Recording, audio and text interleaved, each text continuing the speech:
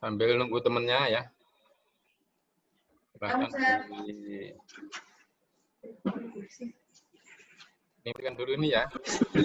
Ada tiga dosen yang mengampu ya, yaitu saya sendiri,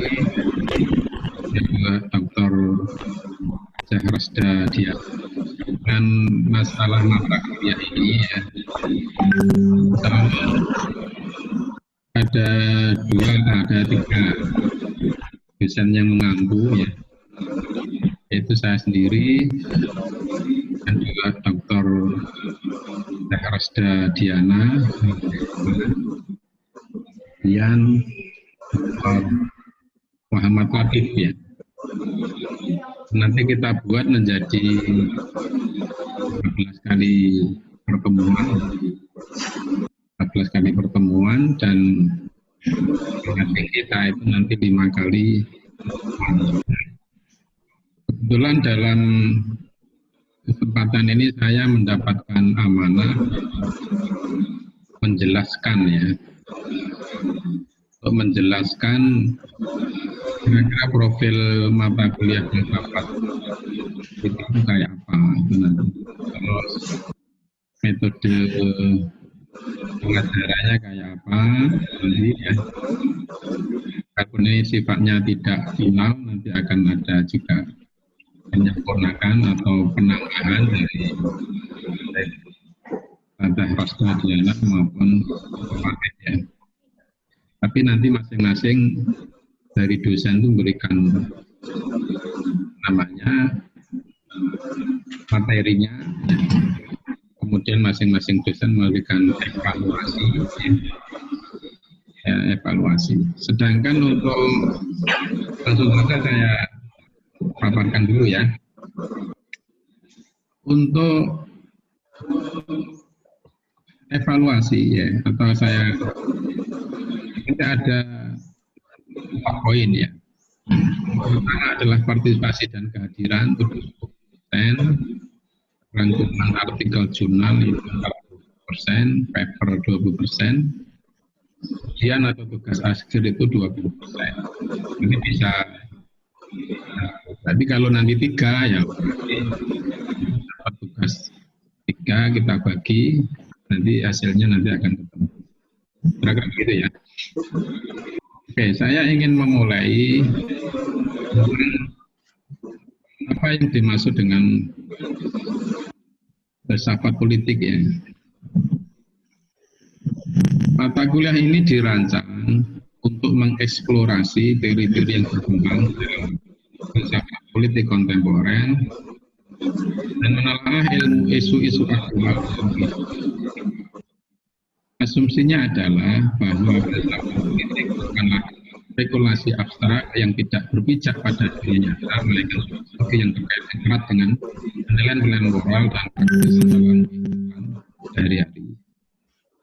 Saya masih memulai makan filsafat politik itu dari rame ya. Bentar, matikan dulu ya yang lainnya.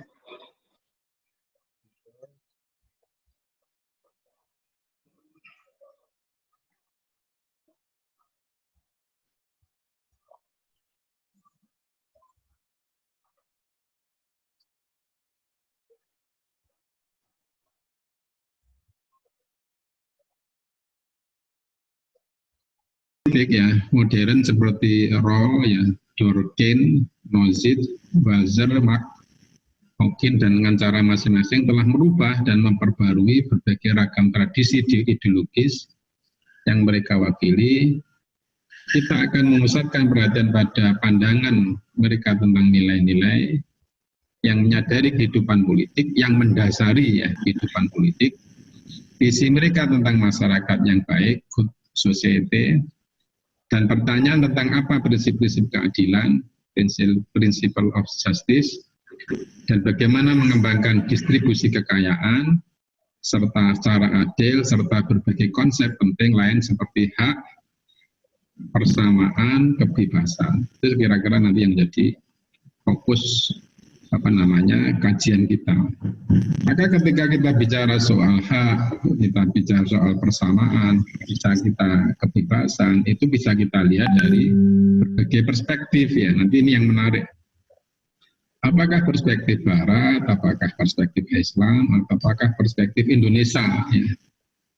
Karena nanti sebagai ya, kita di Unida ada Islamisasi ya. Nanti gimana kita memahami ya ini dengan perspektif Islamisasi. Saya secara definitif mencoba memilahkan tiga tadi, baik perspektif Barat, perspektif Islam maupun perspektif Indonesia.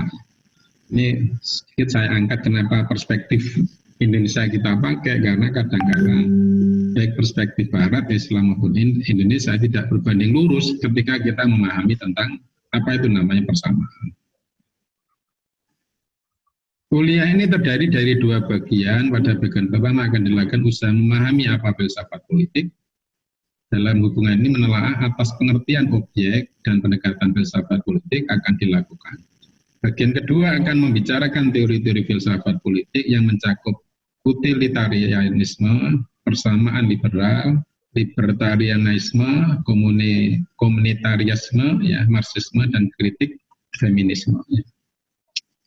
Ini poin-poin yang ingin kita sampaikan ya, dari makanya nanti seperti yang sudah saya sampaikan tadi, di mana perspektif Islam, di mana perspektif Barat ya, ketika misalnya ketika mereka menjelaskan ya, mendeskripsikan tentang apa itu, tentang keadilan ya, tentang masyarakat yang baik ya, tentang kebebasan, tentang persamaan dan sebagainya. Oke. Ini saya kira ini sedikit saya tambahkan ya. Mata kuliah ini ya, seperti saya sampaikan ya, adalah mengeksplorasi pertanyaan-pertanyaan penting yang ditangani filsafat politik dan mengamati jawaban yang diberikan filsafat politik zaman Yunani kuno hingga dewasa ini. Sejumlah topik yang menjadi kajian filsafat politik nasional seperti kekuasaan politik dan bentuk organisasi bersama masih akan ditelaah dalam kuliah ini. Tapi kuliah ini terutama akan diarahkan untuk mengembangkan studi filsafat politik yang lebih jauh. Kita akan membahas gagasan para tokoh filsafat politik yang seperti yang sudah saya sebut di atas tadi. Secara khusus, kuliah ini akan mengidentifikasi kekuatan apa yang ada di balik politik, dan politisnya, the political, untuk memahami bekerjanya stabilitas dan dinamik dari kehidupan politik tentang kemungkinan cara mengelolanya.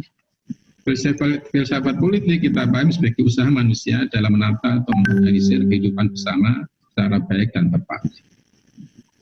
Belum saya menjelaskan tentang apa tujuannya, ya kira-kira begini ya, untuk memudahkan ya penjelasan dari deskripsi mata kuliah ini. Mungkin pertanyaan-pertanyaan penting yang saya kira sering disampaikan ya di pertanyaan dari kalangan akademisi atau pertanyaan di kalangan masyarakat itu, misalnya saya ambil contoh. Kenapa misalnya Indonesia yang secara statistik itu mayoritas Islam ya. Tetapi kenapa begitu sulitnya misalnya secara politik, secara ideologis Islam itu misalnya susah sekali diterima ya dalam sistem politik di Indonesia misalnya. Itu loh yang saya kira nanti teman-teman mahasiswa magister.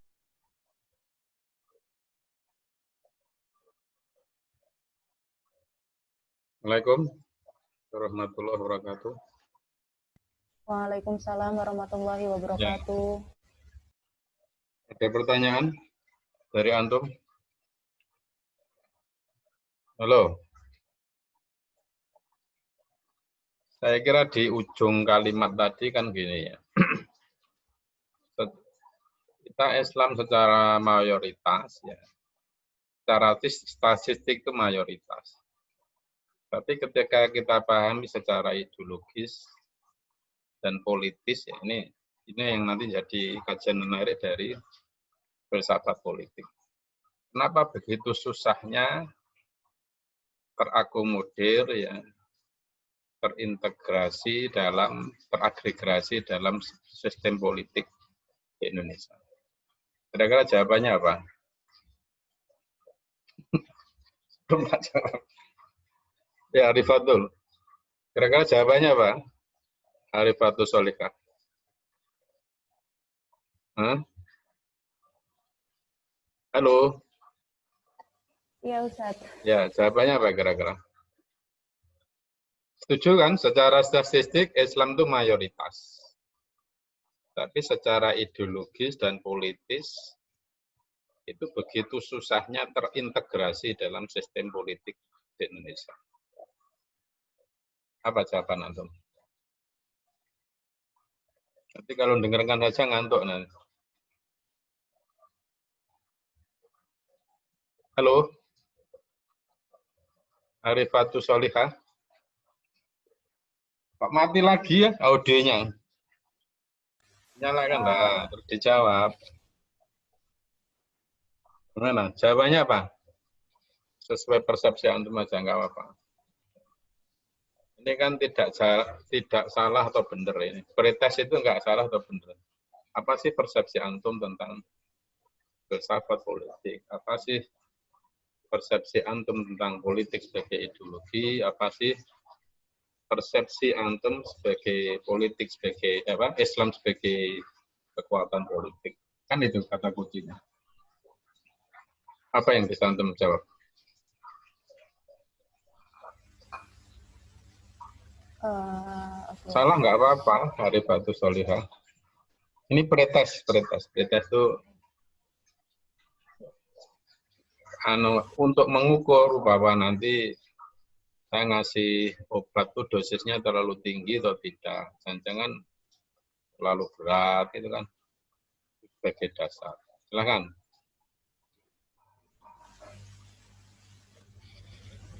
Belum adanya ini, Ustadz. Kalau di Indonesia itu kan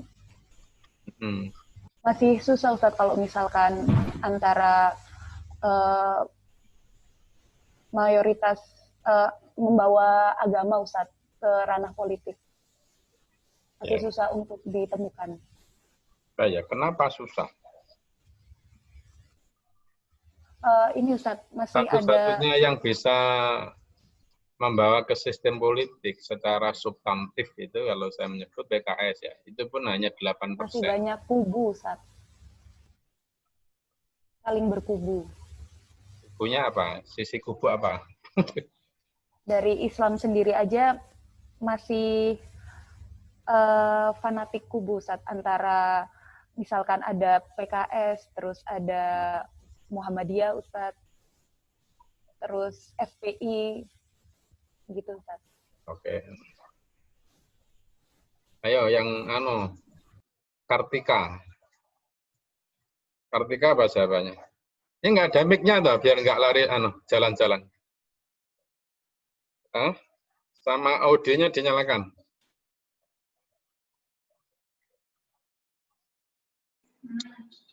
Silakan. Karena mungkin mayoritas Islam banyak besar di Indonesia, tapi prinsip keislamannya mungkin kurang. Sedangkan sekarang bisa kita lihat yang memegang kuasa penuh atas dana mungkin lebih spesifiknya kepada sisi yang konvensional daripada yang agamis. Mungkin Oke, Vicky, kan Vicky. Mic-nya nggak ada dah itu. Hah? Nggak, antum ngomong aja denger. Ya, silakan. Kalau menurut anak, karena di Indonesia sendiri itu sudah banyak sekali kejahatan yang berselimutkan HAM, Ustaz. Jadi contohnya ya seperti kejahatan yang dilakukan para koruptor yang seharusnya mencuri uang negara itu kan, kalau dalam syariat Islam mencuri itu harusnya mengembangkan besar, tapi malah cuma di penjara selama 1 sampai 2 tahun saja. Itu kan tidak nggak masuk akal gitu. Ustaz, kan harusnya mencuri potong tangan, tapi kenapa nggak dipotong tangan? Karena hak asasi manusia dong gitu. Jadi kebanyakan kejahatan yang di Indonesia itu berselimutan hak asasi manusia itu. Ya, itu ya. Oke, syukran. Coba untuk memperhatikan kembali. Kita lanjut ya.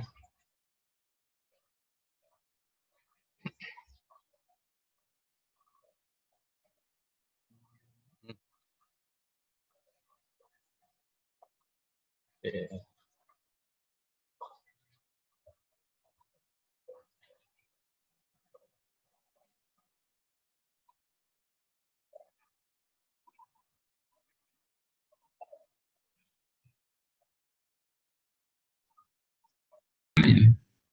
Dalam sistem politik di Indonesia misalnya. Itu loh yang saya kira nanti teman-teman mahasiswa magister akidah filsafat itu bisa membongkar ya, artinya bisa membedah kira-kira persoalannya di mana. Kan kita nggak bisa lihat, makanya di politik itu kan ada bisa dipahami dengan pendekatan namanya pendekatan klasik ya. Pendekatan klasik itu melihat dari sisi misalnya baik tidak baiknya. Politik yang baik itu kayak apa? Yang bermoral itu kayak apa? Tapi kemudian muncul di dalam politik itu muncul namanya pendekatan kelembagaan. Yang penting melihat perilaku, melihat politik itu dari sisi legal formatnya. Kalau memang yang namanya Islam ya mestinya dasarnya adalah Al-Quran dan Sunnah. Kalau bukan itu berarti ya bukan Islam. Itu kan legal formal. Nggak ketemu itu. Ya tadi, nyatanya mayoritas tetapi ketika ditarik secara statistik mayoritas, tapi ketika ditarik dalam konteks politik, ya ini karena filsafat politiknya, kemudian kita tarik dalam konteks ideologis itu tidak serta-merta, itulah yang menjadi perhatian menarik saya kira di dalam filsafat politik ini. Oke ya, nanti saya coba nanti kita kembangkan dulu. Saya lanjut ya.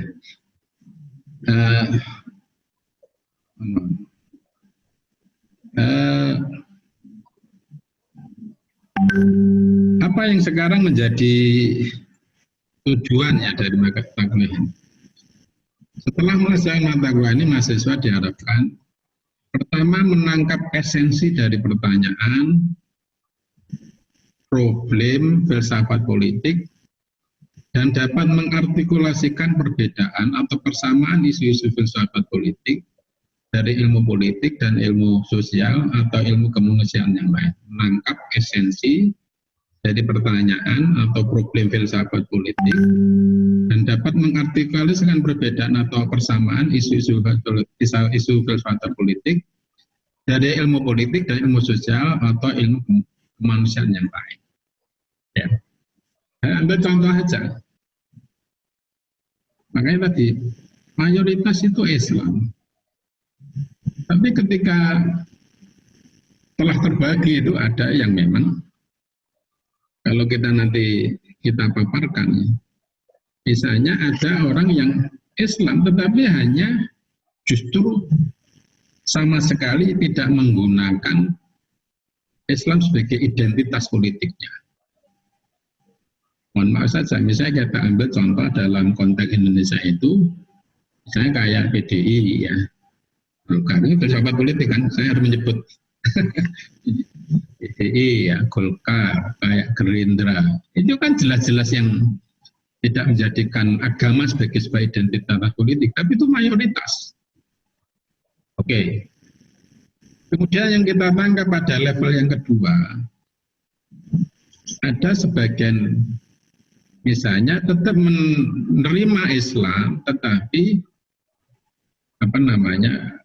secara ideologis itu menerima paham-paham yang lain. Saya menyebut adalah pluralistik ya, pluralistik. Muncul Partai Amanah Nasional, PKB ya, Partai Kebangsaan, PKB itu kan pluralisme yang dikembangkan. Makanya yang menarik nanti dalam kajian filsafat politik itu kenapa yang justru dalam konteks masyarakat Indonesia yang mayoritas Islam secara statistik tadi itu justru kekuatan-kekuatan politik ya, kekuatan-kekuatan secara ideologis dan politik itu justru besar ya. Tapi yang mencoba mengakomodir ya kepentingan tadi ya, pluralisme itu kan nilai misalnya menempatkan agama sebagai isu-isu personal ya. Hanya kelompok menengah saja kan. Kelompok menengah saja.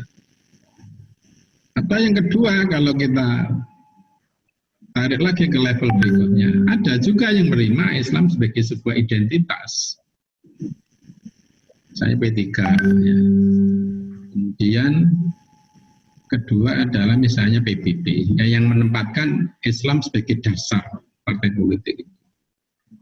Tapi juga tidak besar amat gitu loh. Ini menarik ya nanti. Coba kita ya. Makanya ada yang menyebut Islam hanya sebatas simbolik ya, dasar, tapi perilaku atau kebijakannya tidak menggambarkan nilai-nilai ajaran Islam, tapi justru pro ya, misalnya terhadap kekuatan-kekuatan politik yang besar tadi. Itu nanti coba kita lihat. Apa yang menarik dalam konteks Indonesia, misalnya ada fenomena PKS ya. Dengar ya, punya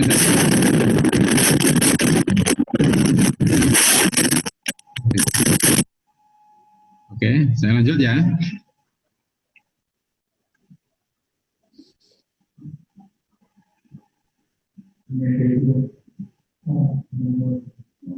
Yang kedua ini, yang berikutnya adalah dalam konteks apa tadi ya, fenomena PKS. Sebagian pengamat mengatakan PKS secara ideologis dan politik itu tidak hanya simbolik tetapi substantif. Tapi kalau kita hitung itu hanya sekitar 7%. Coba kita petakan secara Islam sebagai politik, Islam sebagai ideologis, Islam sebagai politik itu tergambar begitu ya. Ini saya kira menjadi PR besar ya bagi mahasiswa peminat studi filsafat politik. Ini yang coba kita ilustrasikan, semoga memudahkan ya untuk menjelaskan apa yang menjadi tujuan mata kuliah ini. Yang kedua adalah mengevaluasi ya tadi menangkap.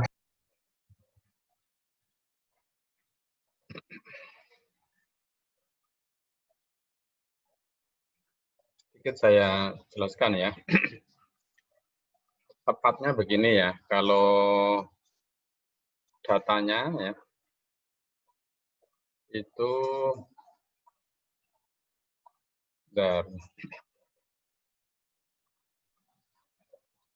bisa dilihat di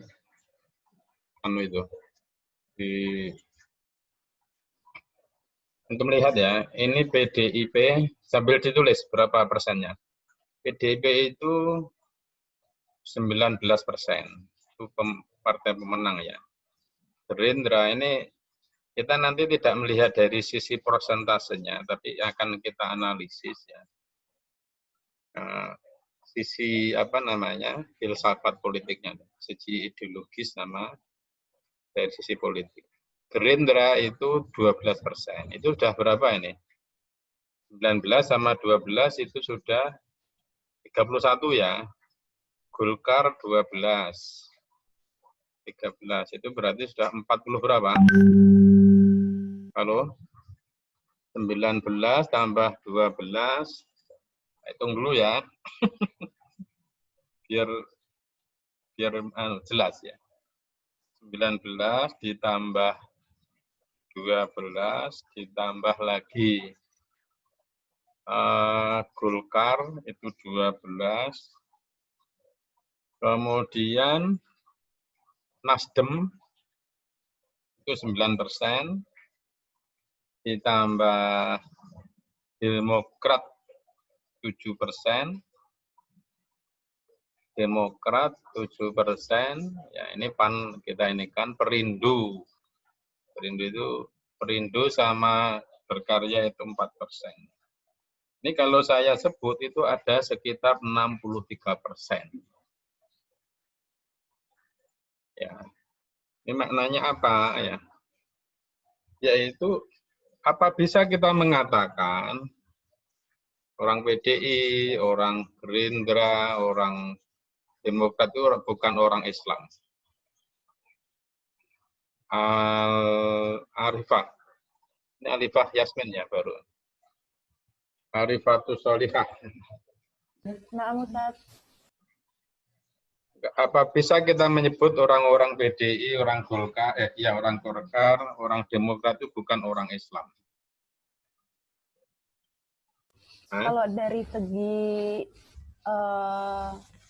mungkin dari personalitasnya mungkin bisa disebut orang Islam, Ustaz. Tapi kalau misalkan dari segi kinerjanya mungkin tidak, Ustaz. Bukan kinerja, ideologis ya. Secara ideologis, dari segi pandangan politiknya itu ya sekuler, sesuai dengan visi mereka. Ya. Itu artinya itu PR besar. Ya. Makanya kalau kita bedah nanti, persoalannya di mana ya? Misalnya banyak kelompok, banyak ini. Tapi intinya kan kita berpikir soal ideologis, sikap politik itu kan menyangkut soal budaya politik. Budaya politik itu menyangkut soal pendidikan.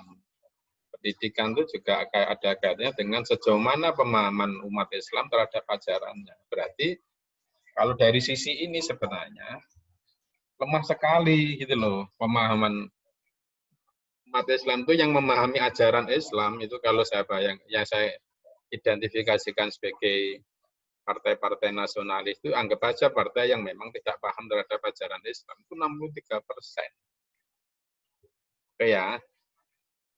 Di satu sisi ya saya bandingkan ada partai-partai kelompok menengah ya. Tapi yaitu pertama saya mulai dari PKB sama PAN, itu yang agak berbeda kan. PKB, PAN nanti kalau kita lihat dari sisi visi misinya, ya, ADRT-nya itu sebenarnya PKB sama PAN itu hampir sama. PKB 13%, PAN itu ada 6%, katakanlah 7%, itu 20%. Kenapa saya katakan beda? Nasionalis enggak, Islam juga enggak, itu kan? Dia kan menempatkan dia tetap enggak bisa meninggalkan identitas agamanya, tapi dia mencoba mengakomodir ini. Makanya yang terlihat itu adalah pluralisme, ya kan? Pluralismenya itu jumlahnya 20%. 60-80%. Nah, yang memang betul-betul menggunakan identitas Islam itu saya masukkan di sini misalnya P3. Ya. P3. Hanya nanti Islam pun saya bagi menjadi dua. Secara ideologis loh, kita bicara filsafat kan. Dari segi ideologis, P3 itu simbolik. Tidak substantif, itu ada 4%. Ya. Nah, yang saya singgung tadi misalnya PKS itu substantif, katakanlah memang cita-cita ideal Islam itu kayak termanifestasi dalam PKS itu hanya 8%. Misalnya kalau kita buat kesimpulan kasar ya, kesimpulan kasar, berarti ada sekitar 82% ya umat Islam itu yang masih sangat awam dalam pemahaman. Artinya Islam yang dipahami seperti orang PKS yang mencoba mengintegrasikan, artinya yang memahami Islam dan politik itu menjadi ya sesuatu yang integral, itu hanya 8%. 68% itu sama sekali tidak suka, ya itu dalam artinya tidak menjadikan Islam sebagai identitas partainya, tidak menjadikan ideologi dan menjadi sebuah sikap politiknya, itu tercermin di dalam tadi Golkar, PDIP itu yang jumlahnya sekitar 62%. Ya, 62%. Tetapi ada juga yang menempatkan, yang pluralisme itu hanya menempatkan Islam sebagai sebuah etik berbangsa, ya, sebagai etika.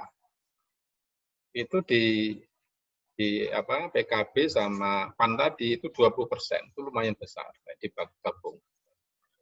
Tapi yang benar-benar misalnya yang upama simbolik ya, P3 tadi sama PKS itu kalau 8% sama sekitar 4% itu berarti sekitar 22%. Itu gambarannya seperti itu. Ya. Itu artinya kita ingin melihat ya ini akan kita kaji kan sisi kenapa ya tadi loh yang menarik. Secara statistik Islam mayoritas, tetapi ketika ditarik kepada Islam sebagai ideologis, Islam sebagai sebuah kekuatan politik itu menjadi kecil. Bisa kita anggap hanya 20% atau hanya 8% saja kalau kita menggunakan model WKS ya. Coba kita lanjut dulu ya. Penjelasan saya berikutnya. Nah, Ustaz.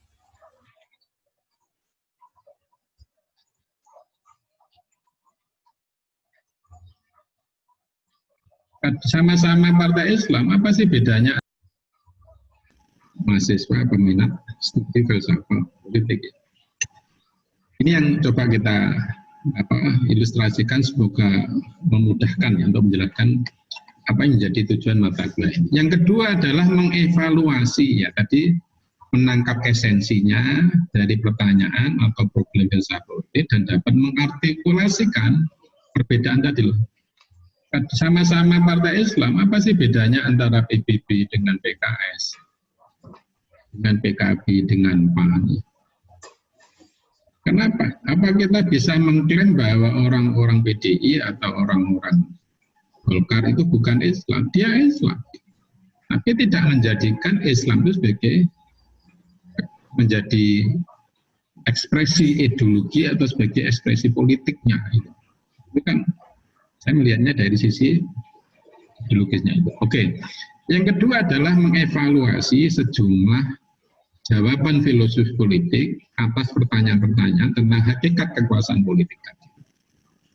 Organisasi politik, kebebasan politik, hak atas properti dan keadilan sosial. Ini yang penting, yang sama penting juga. Misalnya saya ambil contoh dalam konteks PON yang kedua itu. Demokrasi ya, kalau kita menyebut sisi ya misalnya mentelaah konsep demokrasi secara kritis, mestinya yang terjadi itu adalah salah satunya adalah keragaman, yang kedua adalah representasi. Tapi pertanyaannya ketika nanti kita mengevaluasi kebijakan-kebijakan politik itu berpihak kepada masyarakat yang beragam, yang banyak tadi, representasi kan menggambarkan representasi dari gambaran masyarakat luas. Mestinya kalau Islam itu mayoritas tadi, mestinya kebijakan-kebijakan itu berbanding lurus dengan kepentingan-kepentingan masyarakat luas, siapa itu umat Islam kata. Tapi yang menjadi pertanyaan ketika misalnya tadi, kalau kita analisis ya, dalam kasus undang-undang HIV, undang-undang cilaka dan sebagainya itu tidak menggambarkan representasi kekuatan-kekuatan mayoritas, tapi justru menggambarkan oligarki, kelompok elit itu di situ. Maka coba nanti ini yang kita kasih, artinya mengevaluasi sejumlah jawaban filosofi politik atas pertanyaan-pertanyaan tentang hakikat kekuasaan, artinya hakikat kekuasaan politik, organisasi politik, kebebasan politik, hak atas properti dan keadilan sosial. Kemudian tujuan yang ketiga adalah menyandingkan dan membandingkan pemikiran para filosof, teks dan perdebatan dalam studi filsafat politik. Nanti ada menarik, saya jelaskan di berikutnya. Nanti kita akan melihat ya, bagaimana pemikiran para filosof ya, dalam konteks ini adalah filosof politik, dari segi teks dan perdebatannya dalam studi filsafat politik. Saya kira nanti menarik kalau dalam konteks Indonesia itu adalah perdebatan founding fathers ya, artinya pendiri bangsa ini ketika mendiskusikan tentang dasar negara, itu menarik nanti dijadikan sebagai suatu kajian ya. Itu di situ. Kemudian yang keempat adalah mengintegrasikan studi filsafat politik dalam agenda riset selanjutnya jika diinginkan. Nah, salah satunya yang kita inginkan nanti mata kuliah ini tidak sekedar mata kuliah, di samping memiliki implikasi bagi penguatan teori-teori, tapi yang sama penting itu adalah perlu menjadi bahan pertimbangan kita, misalnya riset tesis kita itu. Integrasikan studi filsafat itu dalam agenda riset selanjutnya jika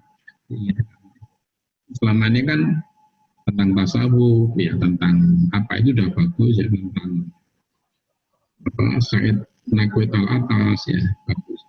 Apa enggak mungkin misalnya kita membedah filsafat politik yang menjadi tema-tema apa tema-tema riset kita ya, itu di situ. Coba nanti kita petakan ya tentang hasil-hasil penelitian ya atau tesis-tesis yang sudah ada. Kemudian yang kelima juga berharap kuliah ini dapat membangkitkan minat mahasiswa dalam penelitian filsafat politik selanjutnya. Coba nanti dari tesis-tesis itu berapa yang kita yang arahnya pada tema-tema filsafat politik, karena kan di samping filsafat pendidikan ada filsafat ekonomi, maka tidak ada salahnya kalau dalam penelitian-penelitian tesis itu mempertimbangkan untuk menjadikan judul filsafat politik ini. Saya berharap kuliah dapat membangkitkan minat saudara dalam penelitian filsafat politik. Ini dari segi tujuan. Kira-kira ada yang ingin ditanyakan sampai di sini? Halo?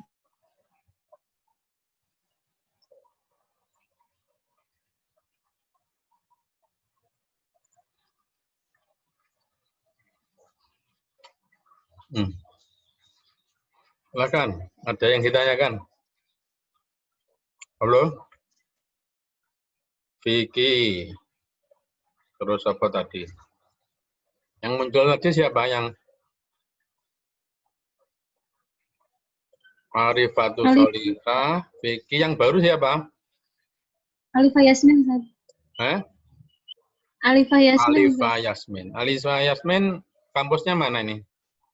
Putri 3, Ustaz. Putri 3, oke. Nambah satu ya. Alifah Yasmin, Arifatul Solika, Arif Inas Vicky Fajar Lestari ini, Kartika Wulandari. Itu ya. Silahkan, ada yang ingin tanyakan? Atau yang sudah kita tadi agak terjawab belum? Tentang tadi ya, kenapa umat Islam mayoritas, tetapi secara ideologi dan politis susah terintegrasi dalam sistem politik di Indonesia. Buktinya tadi kan, bahkan 60% tidak pada Islam, tapi dengan paham yang lain, atau tidak paham lain. Halo? Ada yang jawab? Kalau tidak, kita lanjutkan dulu ya. Kita lanjutkan aja. Ya. Yeah. Nah, silakan. Lanjut ya. Nah, Ustaz. Oke, siap.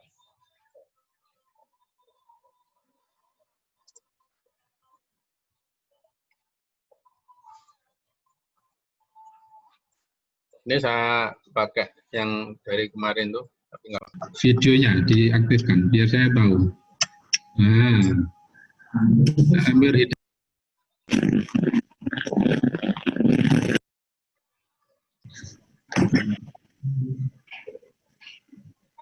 Ya.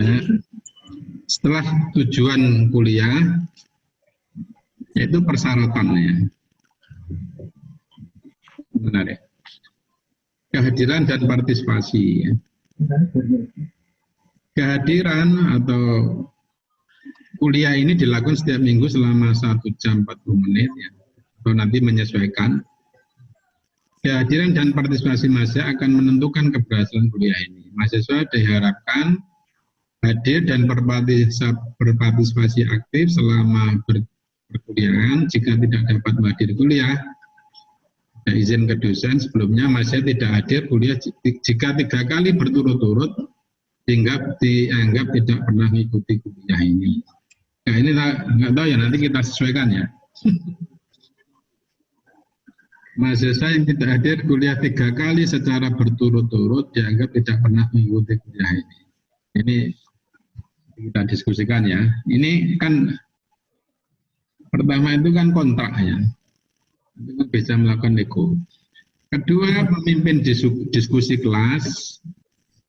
Setiap mahasiswa diharapkan memimpin diskusi kelas dengan mengajukan pertanyaan dalam topik kuliah yang dipilih setidaknya 1 kali selama perkuliahan berlangsung.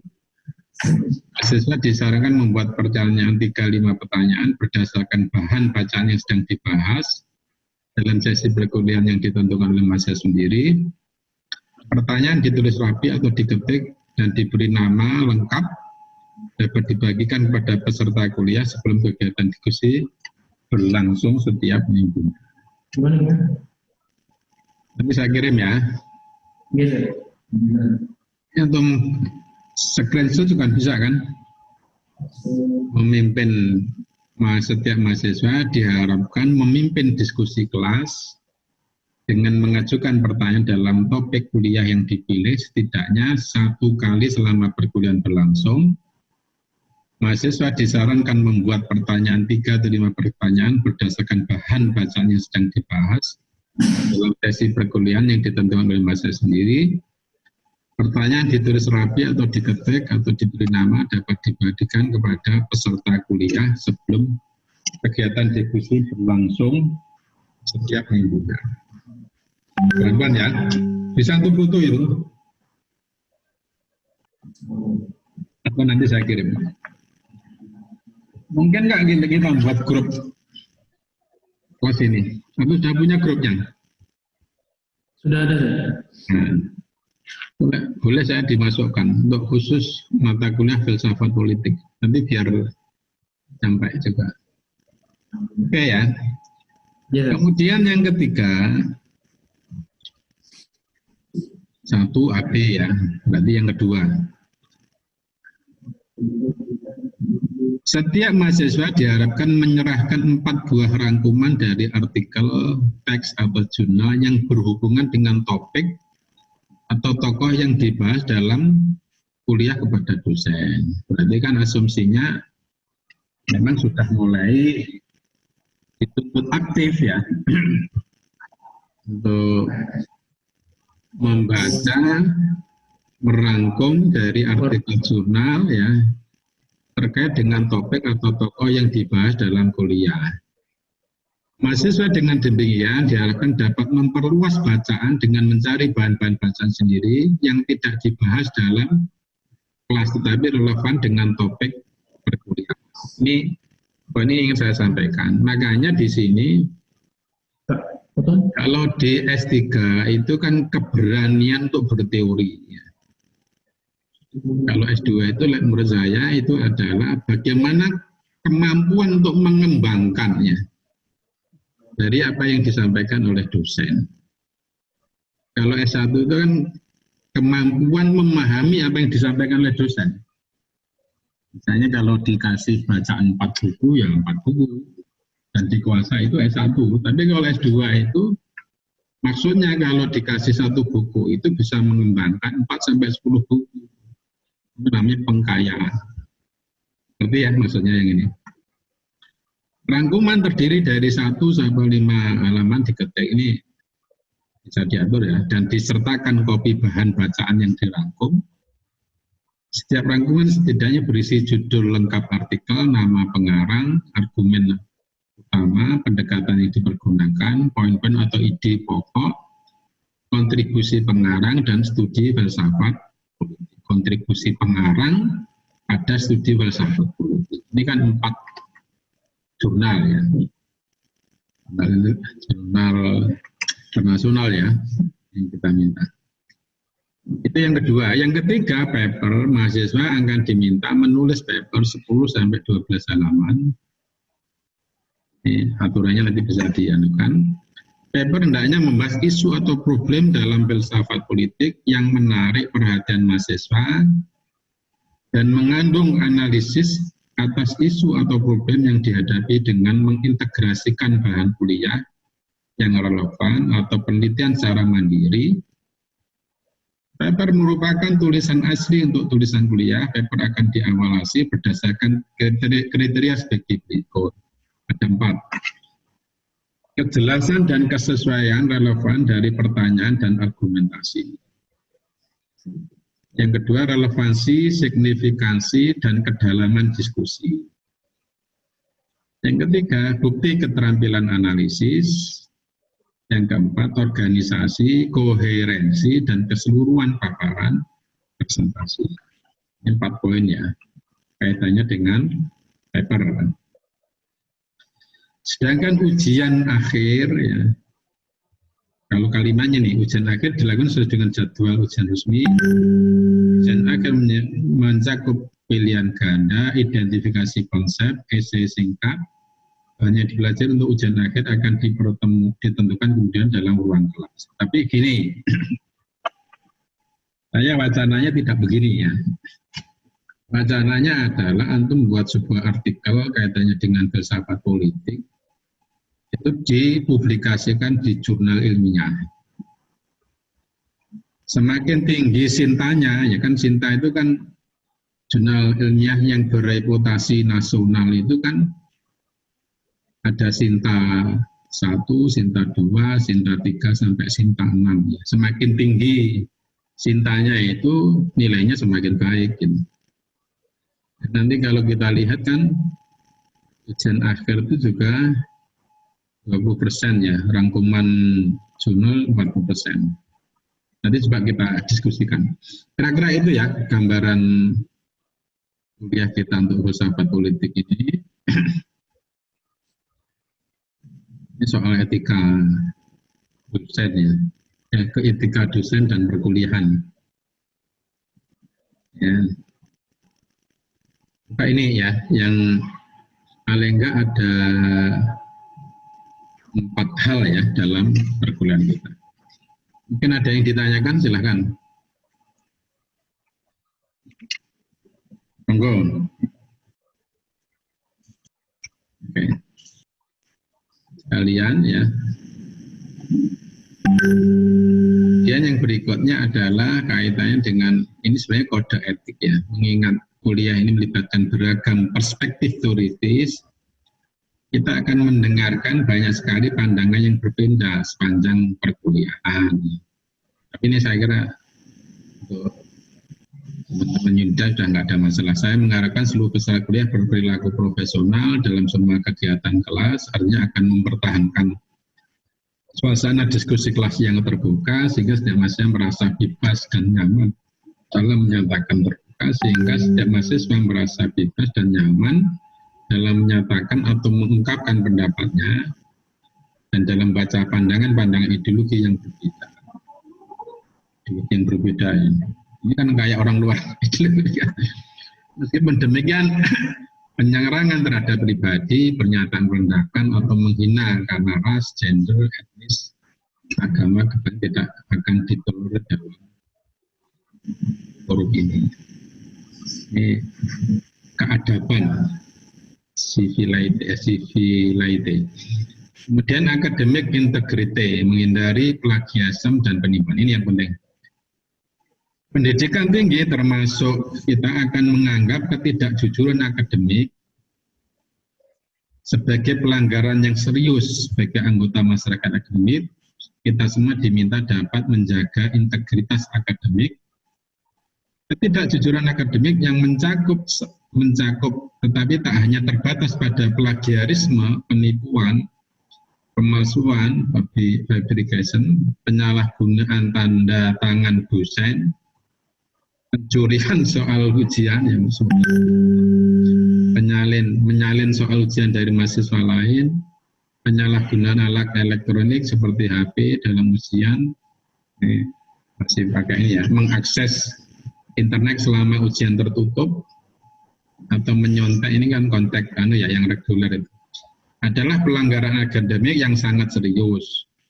Untuk menghindari plagiarisme, sebutlah sumber dari teks yang ada Anda pergunakan. Jika ada mahasiswa yang merasa tidak yakin atau tidak tahu apakah sedang melakukan plagiarisme atau tidak, silahkan menghubungi dan bertanya kepada ada cek plagiarisme Turnitin gitu ya, itu coba itu sudah berlaku di perguruan tinggi yang lain. Oke, saya masuk ke bacaan. Jumlah bacaan kuliah ini dibatasi dengan harapan bahwa mahasiswa membaca dan belajar lebih dahulu bacaan wajib sebelum memasuki ruang kelas setiap minggunya. Beberapa teks yang masih menggunakan, tapi bagi langsung saja. Dua teks utama yang saya kira nanti dipertimbangkan, selain tadi lah referensi-referensi dari tokoh-tokoh Islam, itu misalnya bukunya Wolf ya, tentang An Introduction to Political Philosophy ya, kemudian Contemporary Political Philosophy and Introduction, Clarendon ya, Press, Oxford ya, dan seterusnya. Nanti yang kira-kira menjadi pegangan kita ya dalam bacaan wajib, termasuk nanti buku-buku yang nanti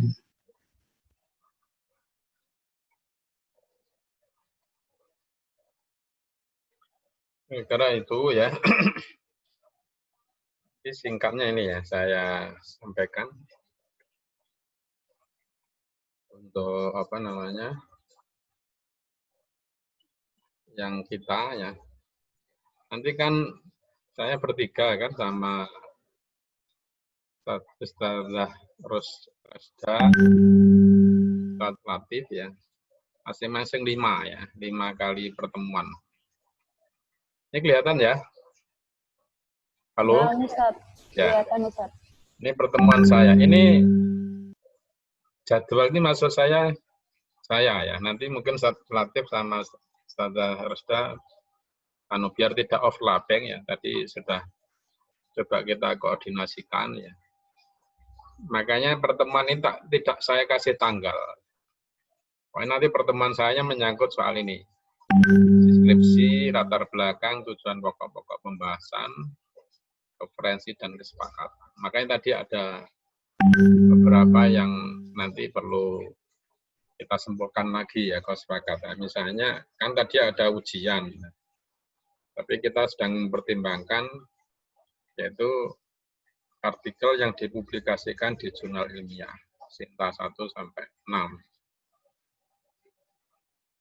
Oke, kemudian yang kedua itu, ini pertemuan kedua saya itu bisa pekan depan atau pekan berikutnya.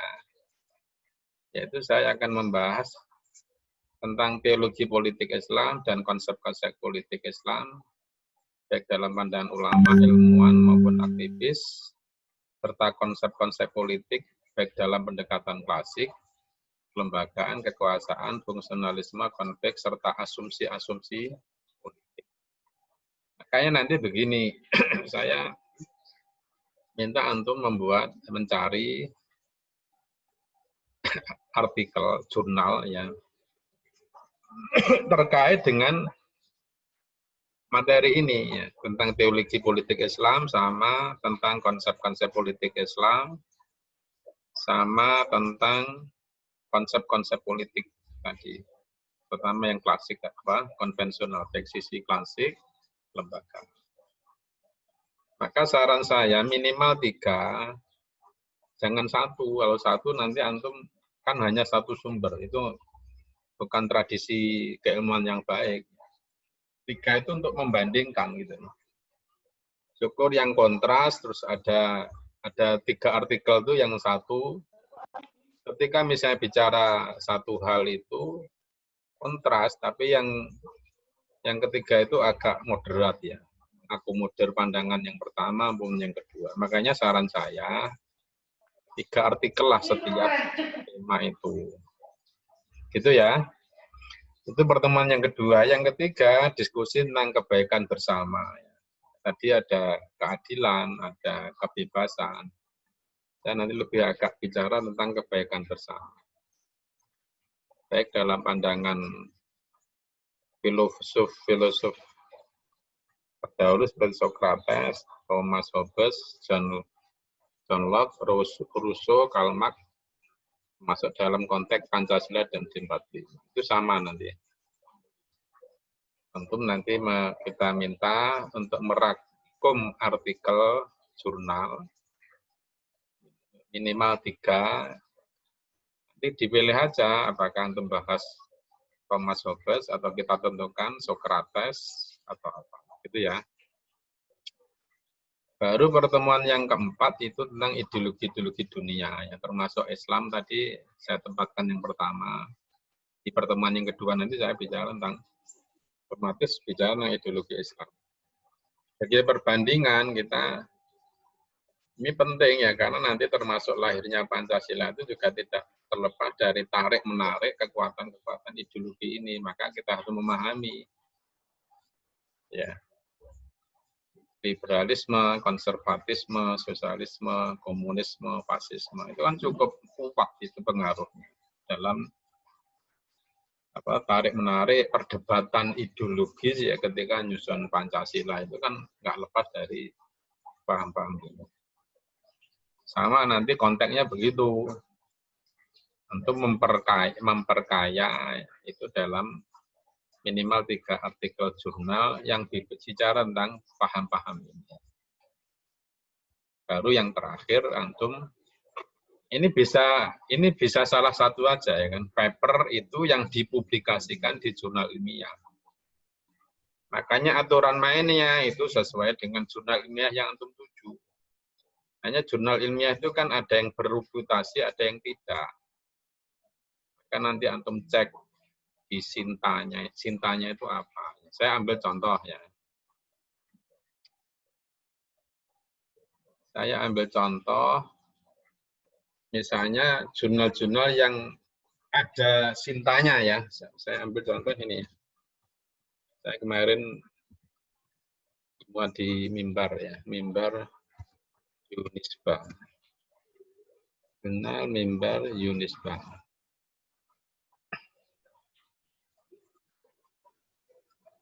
Oke. Ini kelihatan nggak? Kelihatan nggak? Belum, Ustaz. Belum, belum saya ini kan kok. Ini ya, kelihatan ya? Halo, sudah kelihatan? Sudah, Ustaz. Sudah, Ustaz. Ini biasanya ada sintanya, Ustaz. Ini kalau diklik itu muncul nanti sinta berapa. Ini sinta 2. Itu kayak sinta 1, 2 itu tinggi, Ustaz. Nanti antum boleh aja sinta 2 ya. Tapi saya anjurkan pokoknya kayak Sakofah itu sudah tidak jadi sinta 2 ini, masih ada masalah. Kayak Kalimah ya. Kalimah itu nggak salah sinta 3 atau sinta 4 gitu. Kayak unit Kalimah, terus ada lagi di dalam itu. Atau coba cari yang lain biar lebih tertantang gitu ya. Nah nanti yang antum cari terlebih dahulu itu biasanya kalau jurnal bagus itu antum buka dulu username. Ini ya, daftar di sini. Hanya nanti mohon dalam penulisannya itu penulis pertama ini aja sama-sama itu statusnya. Penulis pertama itu dosen, terus penulis kedua itu mahasiswa, tapi posisinya sebagai author koresponden. Itu nilainya kalau dalam hukum itu sama ya. Ketua penulis pertama dengan author koresponden itu sama. Pertama yang antum lihat itu di author guideline gitu ya, guideline. Itu dicek. Betul tulisannya apa. Diusahakan bahasa Inggris ya. Jurnal-jurnal begitu. Ya, saya ambil contoh ya punya saya. Tapi ini sudah dimuat. Saya belum masuk di apa namanya? Sininya itu sudah, tapi belum dimasukkan di apa namanya? Belum terdaftar, belum nyantol. Tapi ini sudah bisa kita masukkan, sudah muncul gitu maksud saya. Anunya. Mantap. Kira-kira itu saja. Ada yang ingin antum tanyakan? Mungkin salah satu catatan yang ingin saya sampaikan ke antum tadi apa ya? S1 itu bagaimana memahami apa yang disampaikan dosen. Ya. Kalau S2 itu bagaimana mengembangkan apa yang disampaikan dosen. Kalau yang disampaikan dosen itu 1 ya antum kembangkan menjadi 4. Tadi makanya merangkum artikel itu konteksnya begitu. Tapi kalau S3 itu sudah tidak dibatasi, tapi keberanian untuk melihat dari sisi kelebihan dan kekurangan dari teori, suatu teori. Nah, sekarang karena antum S2 itu lebih pengkayaan, ya, pendalaman dari apa yang disampaikan oleh dosen. Silakan kalau ada yang ingin ditanyakan, monggo. Berarti ini pertemuan saya yang pertama, nanti saya masukkan ke YouTube ya. Saya masukkan YouTube, terus bentar ya.